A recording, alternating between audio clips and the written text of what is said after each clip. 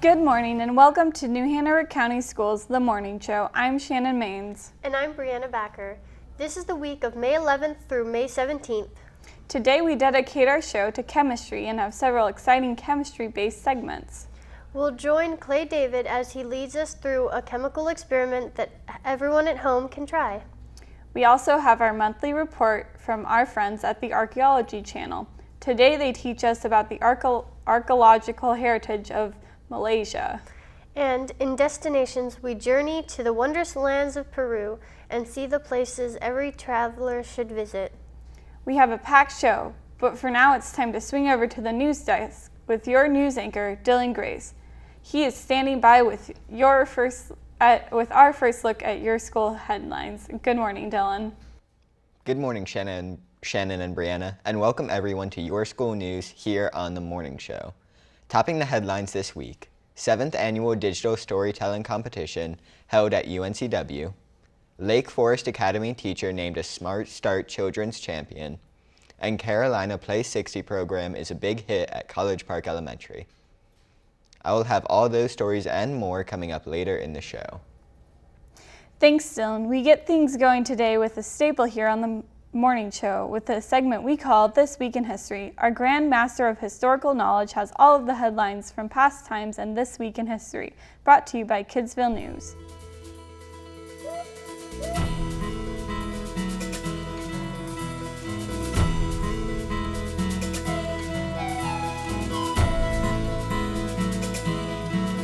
Welcome to This Week in History. I'm your historical host, Jacob Treemstra, covering all the colorful and amazing events that have left their mark on history's timeline. This is the week of May 11th through May 17th. May 11, 1934.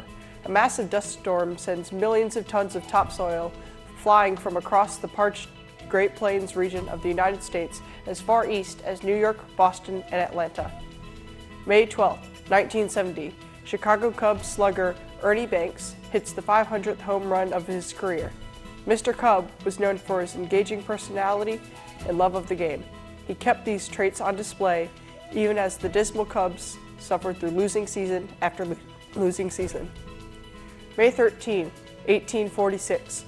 The U.S. Congress overwhelmingly votes in favor of President James K. Polk's request to declare war on Mexico in a dispute over Texas. May 14, 1804.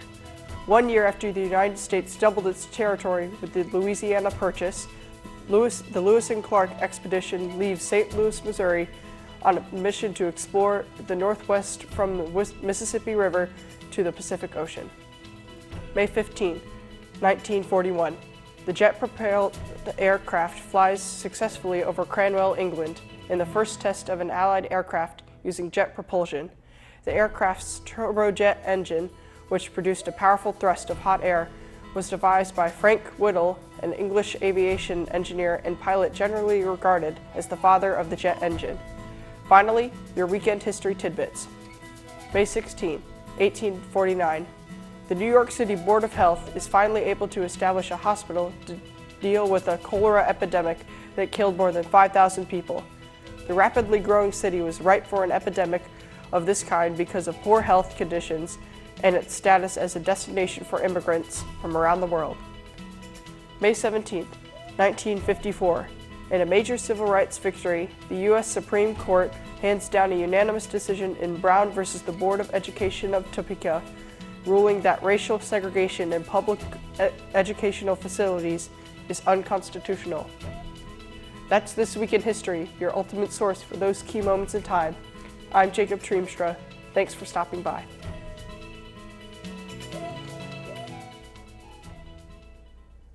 This Week in History is brought to you by Kidsville News. a fun and effective learning resource for children, teachers, and parents. It features school news, information, and local community events while promoting literacy and the development of good reading habits, character traits, and study skills in young children. And Kidsville News is always free. Copies are delivered every month to every elementary school in New Hanover County School System. And join us again next week for another journey through time as we explore the fun, fascinating, entertaining, and educational facts that make up This Week in History. Now don't go away, we'll be right back.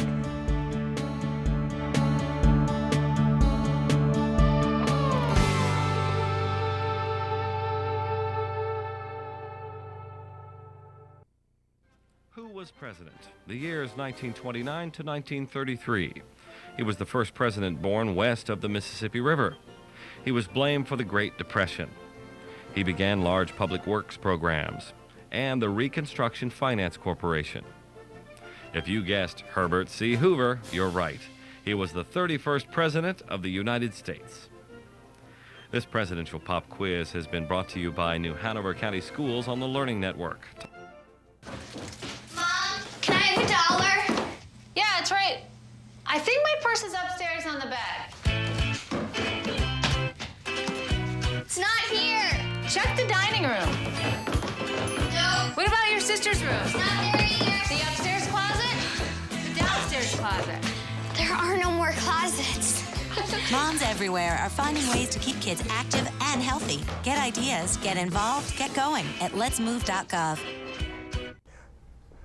Welcome back to the Morning Show. I'm Shannon Maines. And I'm Brianna Backer. Chemistry is defined as the branch of science that deals with the identification of the substances of which matter is composed, the investigation of their properties and the way in which they interact, combine, and change, and the use of these processes to form new substances. In simple terms, chemistry is a science that deals with the structure and properties of substances and with the changes that they go through. Over the years, chemists have conducted many interesting experiments and have discovered many amazing facts about our world. In this very special morning show feature, we bring you some of the most interesting and fun facts from the field of chemistry.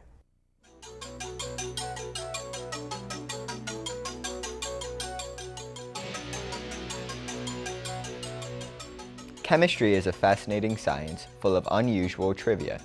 Here are some fun and interesting chemistry facts for you to enjoy. The only elements that are liquid at room temperature are bromine and mercury. However, you can melt gallium by holding a lump in the warmth of your hand. Unlike many substances, water expands as it freezes. An ice cube takes up about 9% more volume than the water used to make it. If you pour a handful of salt into a full glass of water, the water will actually go down rather than overflowing the glass. There is about 1/2 pound or 250 grams of salt in the average adult human body. A pure element can take many forms. For example, diamond and graphite are both forms of pure carbon. The chemical name for water is dihydrogen monoxide. The only letter that doesn't appear on the periodic table is J. Lightning strikes produce O3, which is ozone, and strengthens the ozone layer of the atmosphere. The only two non-silvery metals are gold and copper.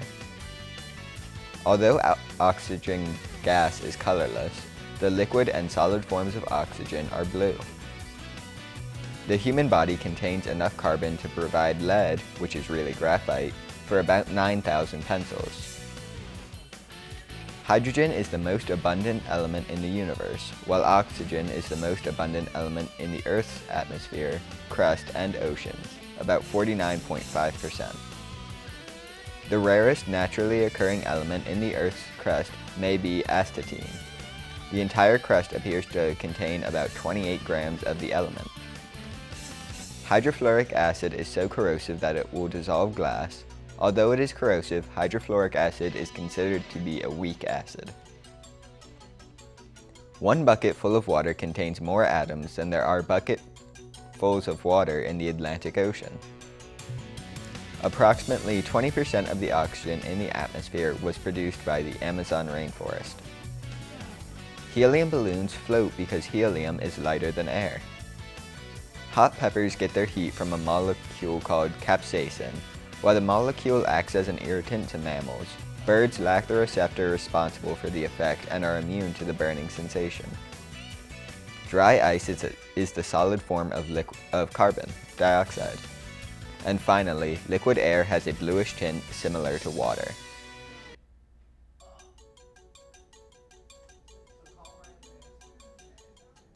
We hope you enjoyed those tidbits of information. Stay tuned because later we'll show you how to do your own chemistry experiments and perhaps you'll discover some interesting facts of your own. For now, it's time to send it over to our news desk for Your School News with Dylan Grace. Good morning, Dylan. Good morning and welcome to Your School News on the Morning Show. I'm Dylan Grace. Topping our newscast this week, the 7th Annual Digital Storytelling Competition was recently held on the campus of UNC Wilmington. This two-day event featured the work of ESL students from Columbus, Pender, and New Hanover County. We get the full report from YSN reporter Johan Yellow. Energy filled the air at the Watson School of Education on the campus of UNCW as elementary, middle, and high school students arrived for the 7th Annual Digital Storytelling Competition. The competition was open to K through 12 English language learners who are part of the ESL program in their school. The first day featured the elementary students, which had 80 participants. The second day of the event showcased the work of 138 middle and high school students. Each participating student created their own unique digital story through pictures, music, and voice recordings.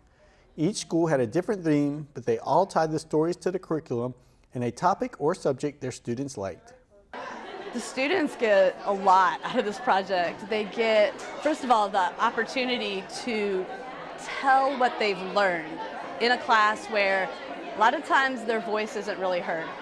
So that's one of my exciting parts, to go back to my school and share with my staff and colleagues and show them this is what the student got out of your class. That is a big deal to me. For the event, each school level, elementary, middle, and high school, all watched the students' videos. As they were shown, the creator of the video was recognized and cheered by all. Some videos asked the audience a question, then used context clues to lead them on a journey to the answer, while other videos provided the audience with information on a topic. From skateboarding to volcanoes to a tour of the solar system, there was a host of different digital stories, yet each one reflected the personality of its creator. Many of the stories were touching as the students shared their personal feelings and a bit about their life outside of school. The chance to share something about themselves was an important and meaningful part of the project. My favorite part was that I got to say what I learned. Not only what I learned, but I did it because I wanted to help people. Like, this project is actually based on helping and people learn new stuff, like pie and stuff. And what I most liked about it is that I got to teach people something. After viewing all of the videos, an award ceremony was held. Several students at each level received awards. At the elementary level, Christopher Alvarenga, August Hatu, and Jafeth Benges from College Park were runners-up for their digital story, What Do You Need at School? Along with Destiny Avelas, also from College Park, for her work, How Do You Take Care of a Dog? At the middle school level, runners-up included Making Mexican Soup by Nancy Cruz and Brian Rosas from Noble, Making My Puppet Erlinda by Oneida Lopez Perez from Trask, Fun in Art Class by Manuel Valencia Garcia from Trask, and Can You Think What I Am by Truong Pham from Williston. And the high school winners were, in first place, Giovanni Avila from Ashley for his story, What is the Difference Between My Old School and My New One? Runner-up, Eric Garcia Martinez and Rosa Ucida from New Hanover for being in high school without speaking English. And Ashley High had two runner-ups, Why Do I Like Guacamayas by Dennis Avila and What Are Learning Environments by Xiao In Huang.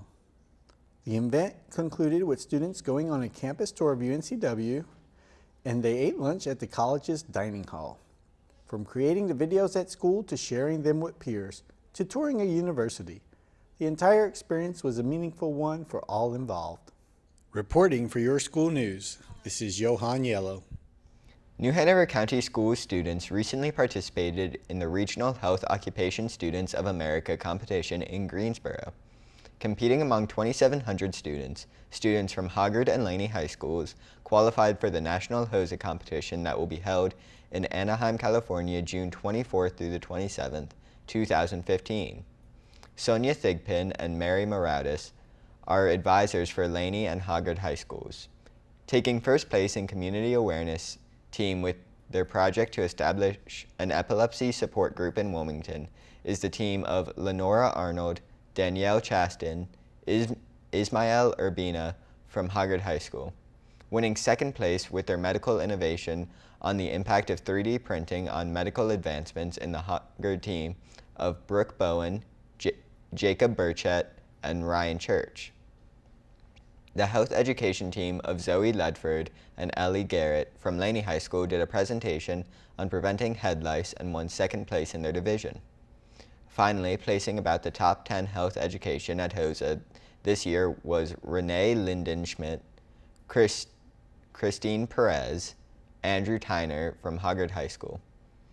HOSA is a national student organization recognized by the U.S. Department of Education and the Health Science Education Division of ACTE. HOSA's twofold mission is to promote career opportunities in the healthcare industry and to enhance the delivery of quality health care to all people. HOSA's goal is to encourage all health science instructors and students to join and be actively involved in the HSC-HOSA partnership.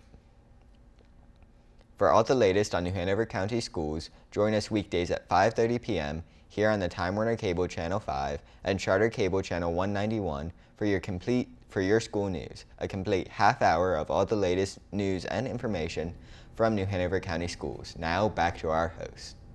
Thanks, Dylan. Today, as a part of our chemistry show, we have a very special feature. Cool Chemistry with Clay David is an exciting adventure which explores the awesome world of chemistry with a range of fun experiments. Learn about atoms, acid, molecules, electron, metals, and all kinds of interesting chemistry topics. Cool Chemistry has it all. Experiments with invisible ink, baking soda reaction, and much more. Here's Clay with today's edition of Cool Chemistry.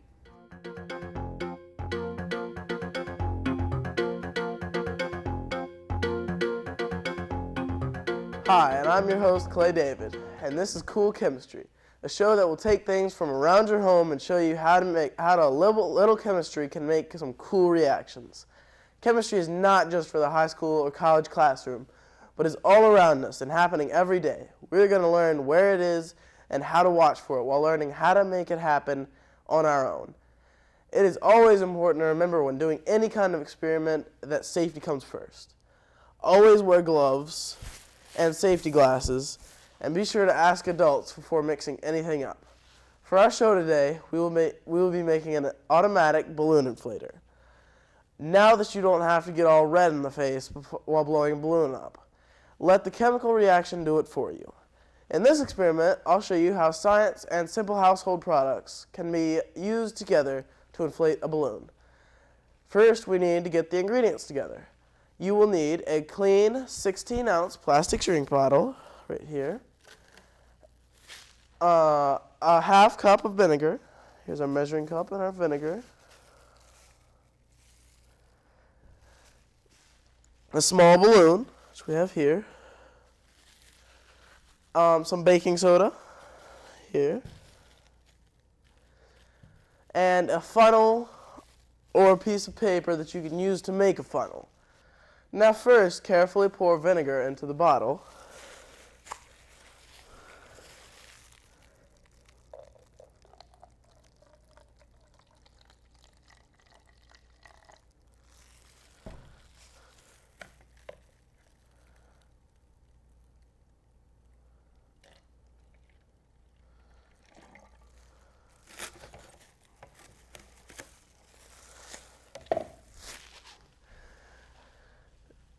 And the next thing is kind of tricky. Stretch the balloon like you would just before you were going to blow it up, just as regular. Just stretch it so it will stretch you a little bit more.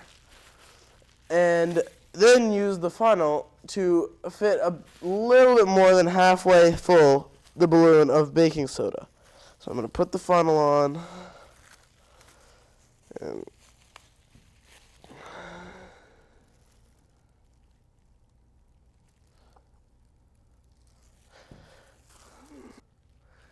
this is where you use the paper to make a funnel if you don't have a funnel handy at home.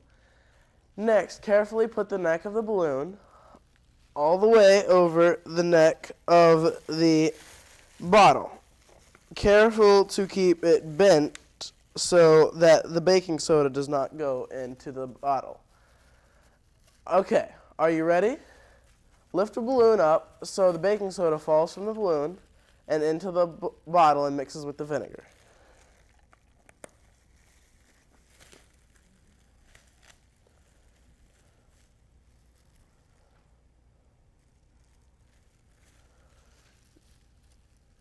Watch as the chemical reaction happens and the automatic balloon inflator goes to work.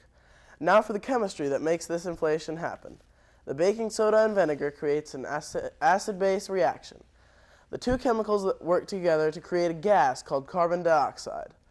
Gases spread out quickly and need room to move, so they moved into the balloon, causing it to fill up, just like it would if you blew into it yourself, except without giving you the lightheaded feeling. Thanks for catching this edition of Cool Chemistry. Be sure to check in with me next time to see what we're mixing up. This is Clay David, reminding you to keep your eyes open for more cool chemistry until next time.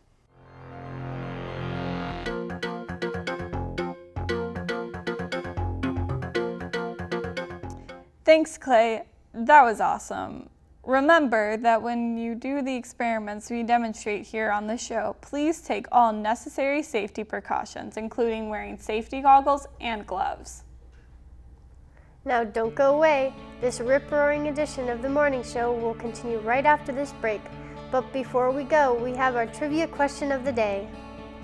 Chemistry is a very fascinating and interesting science, and chemists are some of the world's most respected and smartest people. Each year, the Nobel Prize recognizes an important chemist of their achievement in the field. Today, our trivia question asks, who was the first chemist to win a Nobel Peace Prize? A. Aaron Koch, B. Baron O'Brien, C. Jacobus Henricus, or D. David French?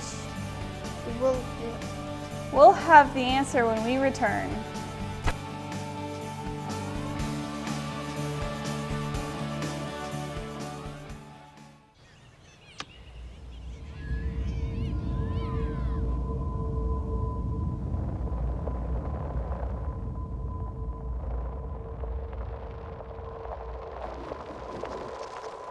Seven 7,000 high school students drop out every school day. Let's catch them before it's too late. To start helping students in your community, visit boostup.org. In the small town of Elmira, New York, a boy was born into an all-American family. The odds of him achieving his dream in the fashion industry? 1 in 23 million. The odds of having a child diagnosed with autism? 1 in 110. I am Tommy Hilfiger, and my family is affected by autism. Learn more at autismspeaks.org/signs. Welcome back to the morning show. I'm Shannon Maines. And I'm Brianna Backer. Before the break, we asked our trivia question of the day, which focused on chemists. Our trivia question was, who was the first chemist to win a Nobel Peace Prize? A. Aaron Koch, B. Baron O'Brien, C. Jacobus Henricus, or D. David Fincha? And the correct answer is C. Jacobus Henricus. Henricus was a Dutch physical and organic chemist who introduced the concept of chemical affinity. He grew up with a love of philosophy and poetry. He won the Nobel Peace Prize in 1901. He is best known for his discoveries in chemical kinetics and chemical equilibrium. He is also known for exploring the concepts of osmotic pressures and stereochemistry. He was appointed as a member of the Royal Netherlands Academy of Science. Jacobus Heracus has helped shape and define what physical chemistry is today. Shifting gears now, archaeologists study past human life and culture through the recovery and examination of remaining material evidence. Using artifacts, inscriptions, monuments, and other remains, they paint a picture of the past. In many cases, that picture tells a story. We have one of those amazing stories from our friends at the Archaeology Channel. This week, they tell us all about the heritage of Malaysia.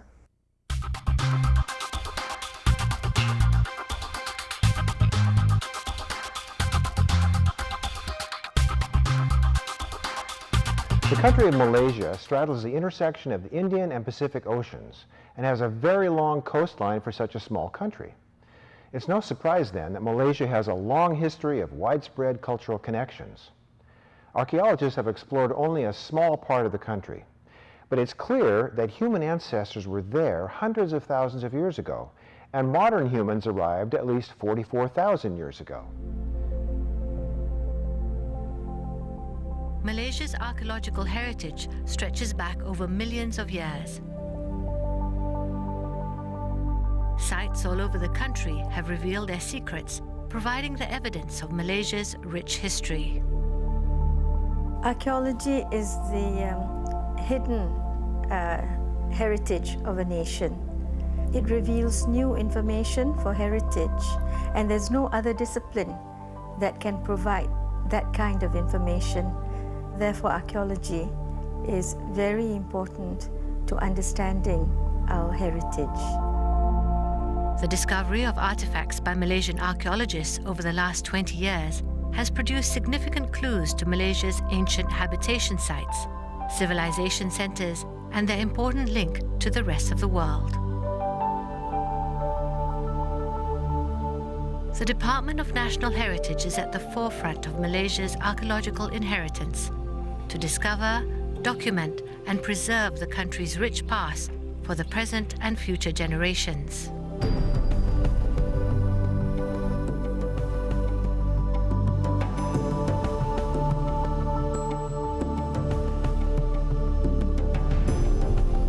Rocks, stones, and bones don't mean much to most people, but it can contain clues of mankind through the ages. Archaeological remains provide information when a site was occupied and the way people lived.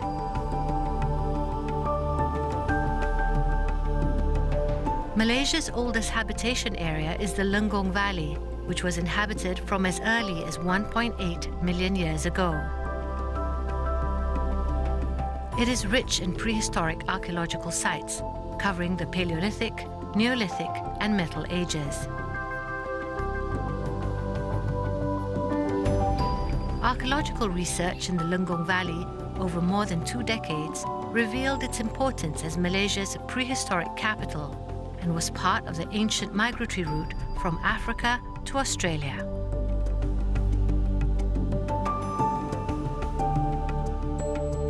We find that this is the earliest and longest habitated valley for the whole country. In other words, we can look at Lenggong in a modern way, like it was the capital of Malaysia for hundreds of thousands of years. Kota Tampan is an in situ or undisturbed open site that reveals Paleolithic stone tool technology.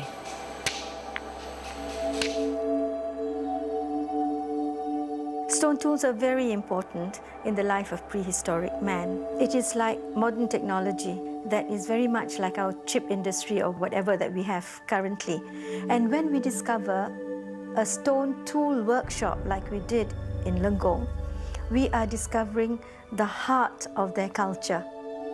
Open sites are exceptionally rare, and the discovery at Kota Tampan has provided important information on ancient stone tool making. After we've researched into the Kota Tampan Stone Tool Workshop, for instance, we really appreciate their minds. We really know that they knew their job very well. They had taken Geology 101. Kota Tampan provides a rare example in the world of prehistoric sites, where the cause and date of abandonment can be determined. Presence of ash from the last catastrophic Toba volcanic eruption in the Kota Tampan site suggests that man had to suddenly flee the area because of this major tragedy around 74,000 to 70,000 years ago, leaving behind both finished and unfinished tools in the workshop.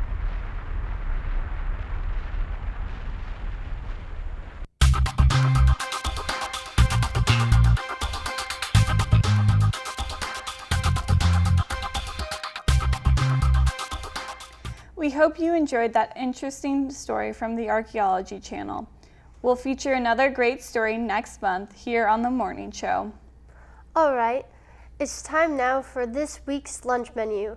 This is the menu for Monday, May 11th through Monday, May 18th.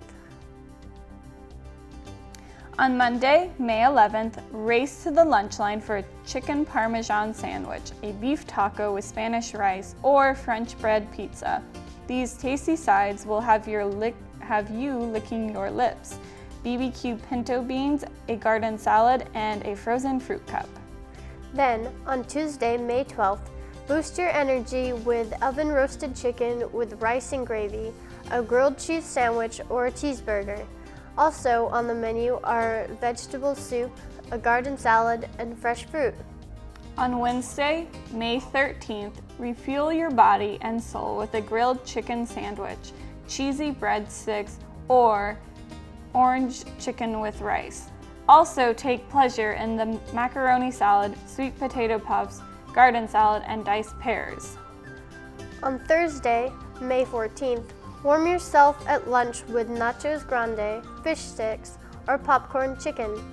Add on to your Thursday meal with a cornbread muffin, black bean and corn salad, sweet potato waffle fries, a garden salad, and fresh fruit.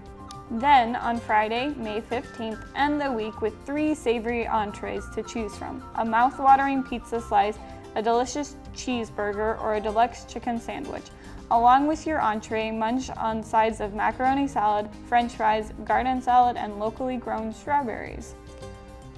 Finally, on May 18th, enjoy a chicken fillet sandwich, spaghetti with a breadstick, and corn puppies. The sides include black-eyed peas, a garden salad, and diced peaches. And there you have the lunch menu for the week. Don't forget, you can also start your day off with a healthy and hearty breakfast at school. It's time for our travel segment, Destination. Each month we feature a different travel destination and highlight unique features on what to do and what to see. Live vicariously through these segments and take notes and plan your next vacation. The choice is yours, but either way, join us as we head off to Peru.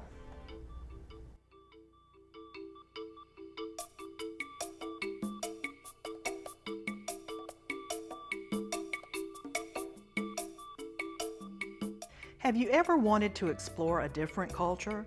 If so, then we have the destination for you. Visit Peru, where you can see ancient ruins still in use, traditional weaving still thriving, and mountainous cities still expanding with life. These are only a few threads in the tapestry of this old country. Tucked into a once hidden mountainside in the Andes, the ruins at Machu Picchu are Peru's biggest tourist draw and one of the most well-known places in the country. A settlement of Incas lived high on the hillside until the city was abandoned in the 1570s during the time of the Spanish conquistadors. The isolated city lies between mountain peaks, and visitors have to hike there from the town of Cusco via the Inca Trail because there is no road. The city itself is perched on the saddle between the peaks of Machu Picchu, the old mountain, and Huayna Picchu, the new mountain. Once you are done exploring and taking in the site, you can enjoy a hike to the Sun Gate at the crest of the mountain pass. experience firsthand how Incan travelers, after walking for days, would step through the marvelous gate and see their first and incredibly impressive view of the city below. It's not hard to understand how the gate gets its name. On the summer equinox, the sun can be seen first by the inhabitants through the Sun Gate. Machu Picchu may be the beacon guiding travelers to Peru, but it is one of the patchwork of sites left by Incan and other pre-Columbian empires. Other ruins in the area include the ruins at Ollantaytambo, which overlooks the city.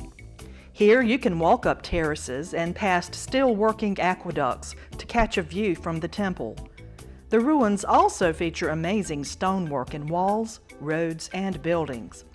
It is hard to imagine it was all done by hand hundreds of years ago. After visiting the ruins, head to Cusco, a city of about 400,000. Here, the Incan heritage has been passed down and is expressed through artisanal trades, which have been recently revived. You can see women weaving traditional Peruvian textiles at the Center for Traditional Textiles. Or you can visit the studio of world-renowned artist Pablo Seminario, whose work with clay is based on Incan pottery. The city itself melds colonial architecture with Incan cornerstones, creating a unique city environment that is sure to interest any traveler. After visiting Peru, you may find it hard to leave the Andes. It may be the beautiful architecture that draws you in, but the amazing culture and the history behind it are sure to capture you and make your visit one that you will never forget. With over 12 different ruins to explore, Peru is one place that you can always find something new to enjoy. So keep Peru in mind if you really want to discover something different.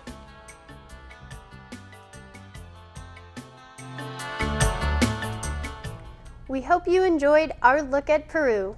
If you would like to learn more about traveling Peru, you can visit the website www.peru.travel. There you will find all types of information on the sites and how to plan a trip. Now, as we head to a break, we have our feature on artists. This segment was written, produced, and edited by New Hanover High School senior Dylan Grace. This week, we learn all about Claude Monet and his work. Stay tuned. We'll be right back.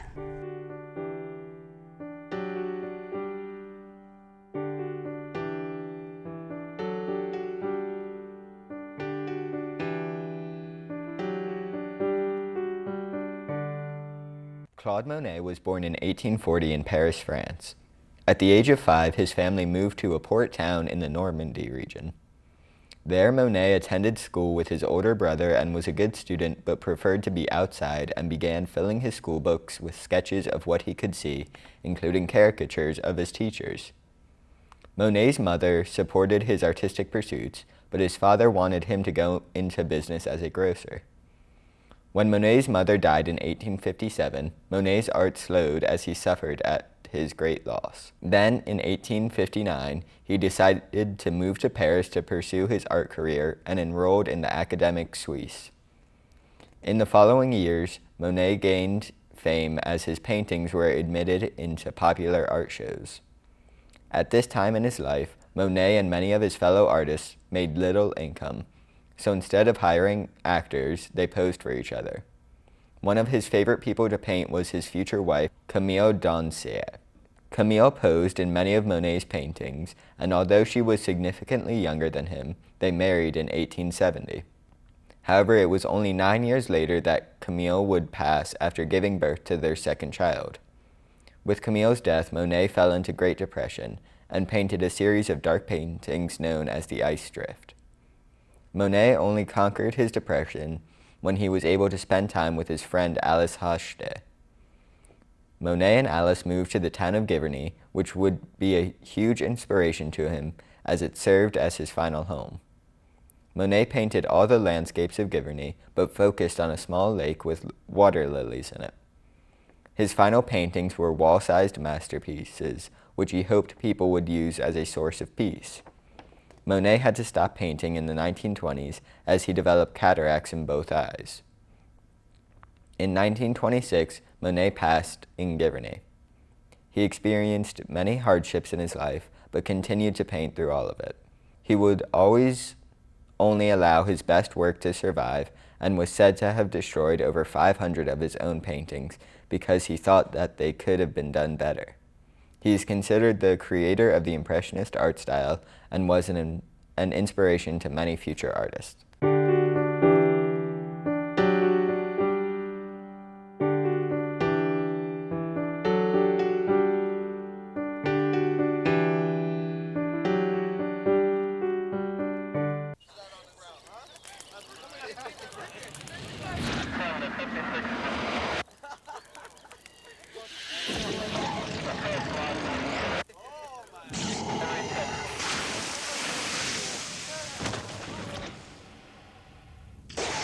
Each year, thousands are senselessly killed by people with no criminal record at all.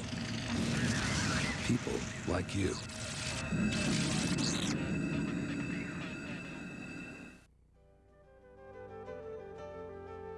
Edgar Allan Poe led a troubled life plagued by poverty and the loss of the people he loved.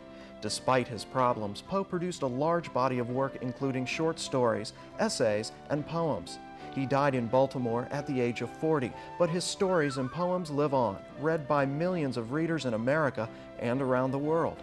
This background in literature has been brought to you by New Hanover County Schools on the Learning Network of the Cape Fear.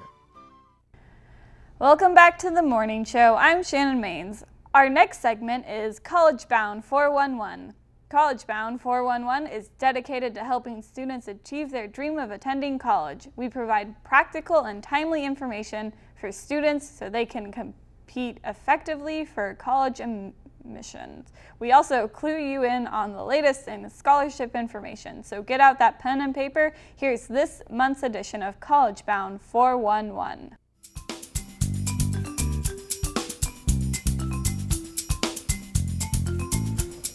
Welcome to this month's edition of College Bound 411.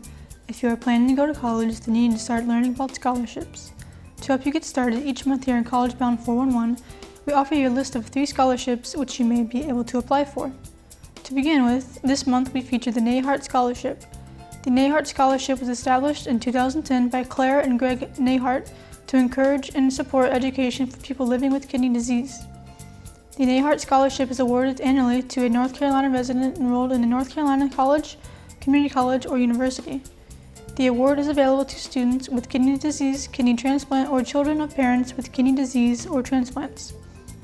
The award is valued at $1,500 to $1,750. Applicants must submit an essay, fill out an application, have GED verification, and must have 2 letters of recommendation. Go to unckidneycenter.org/Nahart Scholarship. Another medical-based scholarship available is the National Hemophilia Foundation Kevin Child Scholarship. A $1,000 scholarship is available to a high school senior diagnosed with hemophilia A or B who has aspirations of attending an institute of higher education. To apply, applicants must be diagnosed with hemophilia and also must be a senior in high school. They also must have a transcript of their grades and 1 letter of recommendation. Visit www.hemophilia.org for more information regarding the application procedure. Our third scholarship is the Crowder Construction Company Scholarship Fund Scholarship. Students must have a desire to pursue a career in construction with a degree in a construction-related program.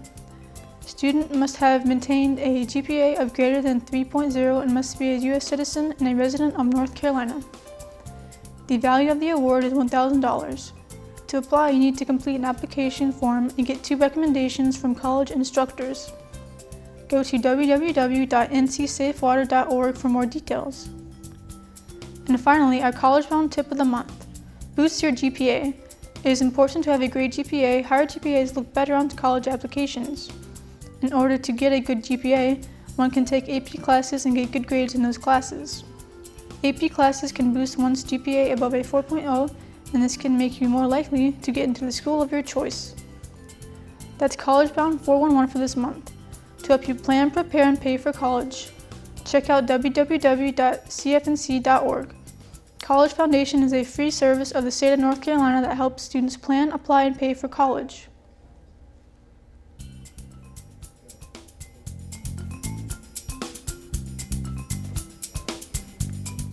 If you're college bound, be sure to communicate with counselors and potential colleges to confirm specific dates for application deadlines, as well as course requirements.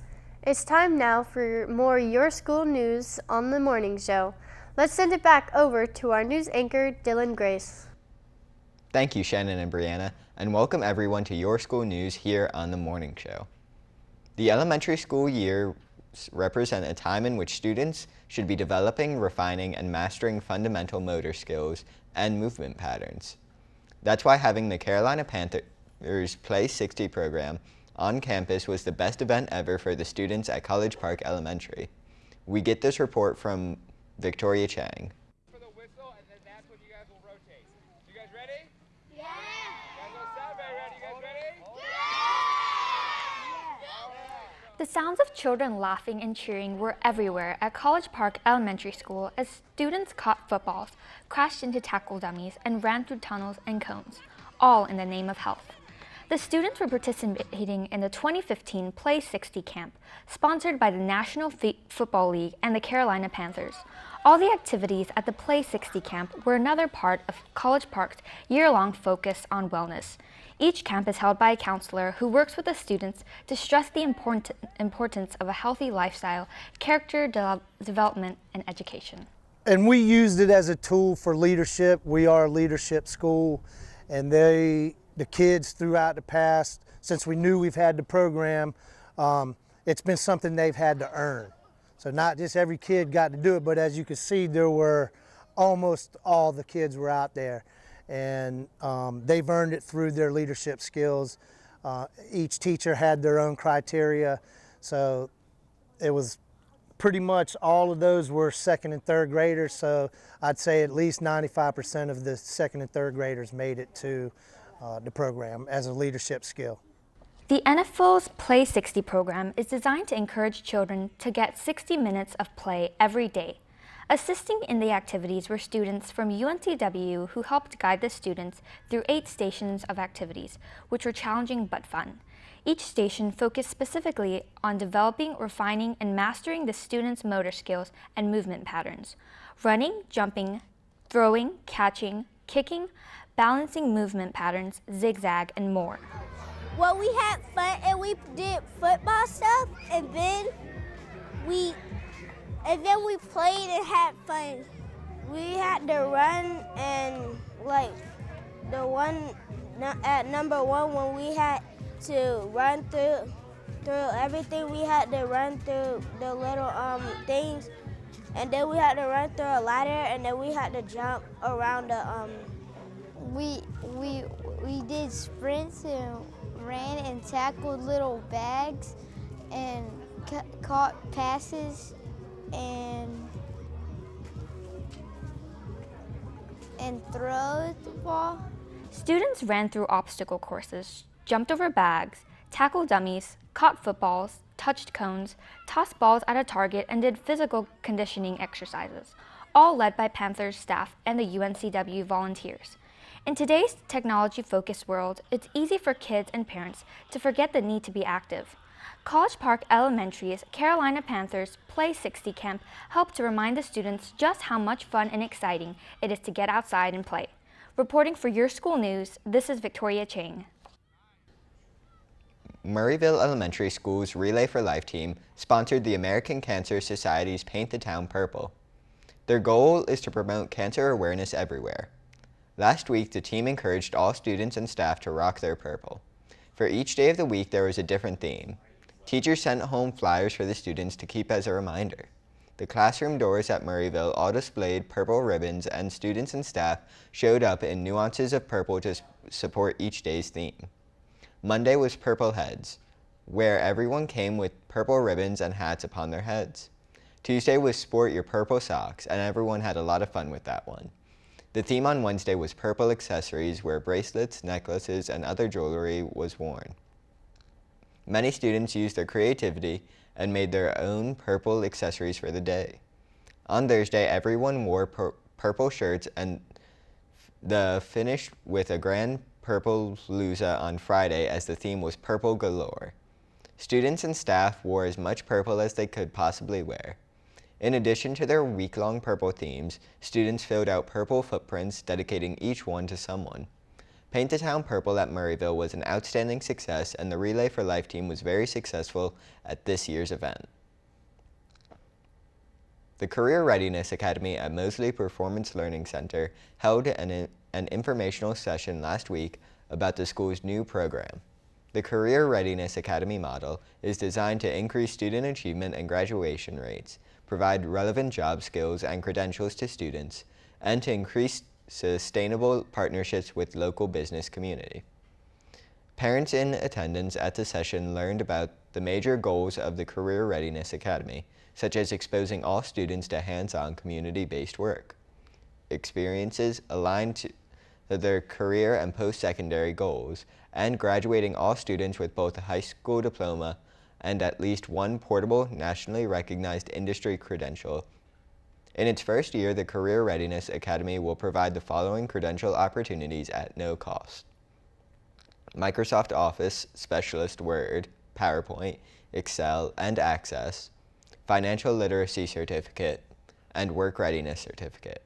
If you were unable to attend the meeting and would like more information, contact Shelley Kinder at 910-251-6161, extension 121.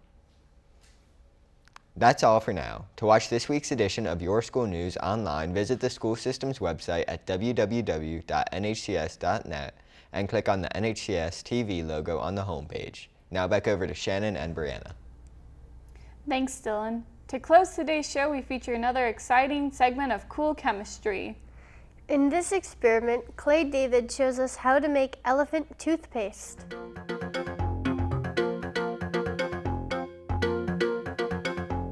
Hi, and I'm your host, Clay David, and this is Cool Chemistry, a show that will take things from around your home and show you how little chemistry can make some cool reactions. Chemistry is not just for the high school class or college classroom, but it is all around us and it's happening every day. We are going to learn where it is and how to watch for it while learning how to make it happen on our own. It is always important to remember when doing any sort of experiment that safety comes first. Always wear gloves and safety glasses, and be sure to ask adults before mixing anything. For our show today, we will be making elephant toothpaste. That's right, elephant toothpaste. In this experiment, we will create a foamy substance from which a chemical reaction that will form a column of foam resembling toothpaste coming out of a tube. Since the column of foam can be very big, it produces toothpaste in the mass proportions needed by an elephant to brush its teeth. First, we need to get some ingredients together. You will need a clean 16-ounce plastic drink bottle. Next is something that you may not have at home, but it's not too hard to come find, and it is a half cup of 20 volume hydrogen peroxide, which is the hydrogen peroxide is right here. You may have heard of hydrogen peroxide. You may use it at home to clean cuts and scrapes, but it is very different, and it is something you definitely do not want to put on your skin. You can find it at any beauty supply store or hair salon. You'll need 1 package of dry yeast, and you will need some dishwashing soap and some food coloring, which is right here. Be sure to cover the table, or even better, do this outside to prevent a big mess. Your mom will love you even more for this. Now let the fun begin. Carefully pour the hydrogen peroxide into the bottle.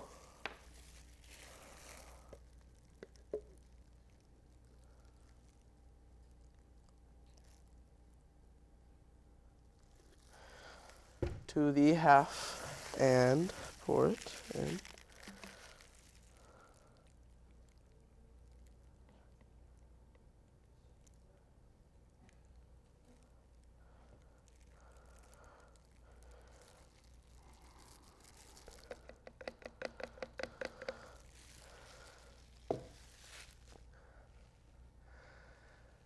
Remember to do this, remember to be careful. This stuff will make your eyes and skin burn, so be sure to wear your glasses and gloves. Next, add 8 drops of your favorite food coloring. I'm just going to do a little bit of red.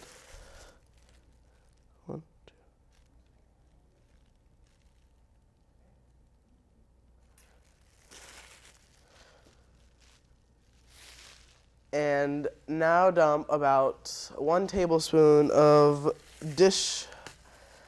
dishwashing liquid into your bottle.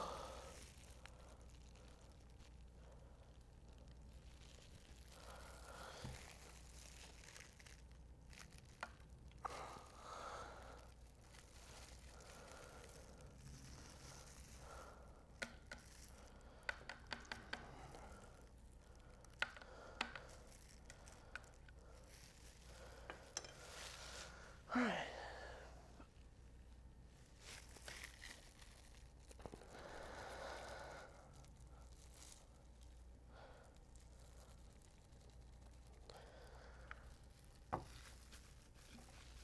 And swash it around a little bit as I just did. In a separate cup, combine about 3 tablespoons of warm water and the dry yeast and mix it up for about 30 seconds, which I've done here. I've already mixed these, but you should do it now and wait. Okay, are you ready? Pour the yeast mixture into the bottle that you've just set out to wait, and a funnel is really helpful, so I'm going to use one right here.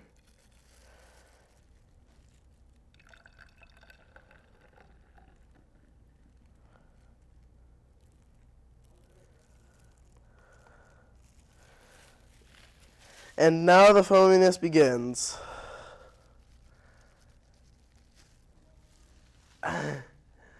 Instant elephant toothpaste. Now for the chemistry that makes this foaminess happen. Each tiny bubble of foam is filled with oxygen. The yeast is called a catalyst, or helper, to help the oxygen remove the oxygen from hydrogen peroxide. Since it did this very, very fast, it made lots of bubbles. This experiment created an exothermic reaction. The foam produced is just water, soap, and oxygen. So now you can clean it up with a sponge or paper towel and pour the rest down the drain. This foam looks like toothpaste because we made it come out of the bottle, but don't put it in your mouth because it's really not toothpaste, just soapy foam. Thanks for catching this edition of Cool Chemistry, and be sure to check in with me next time to see what we're mixing up. This is Clay David reminding you to keep your eyes open for more cool chemistry. Until next time.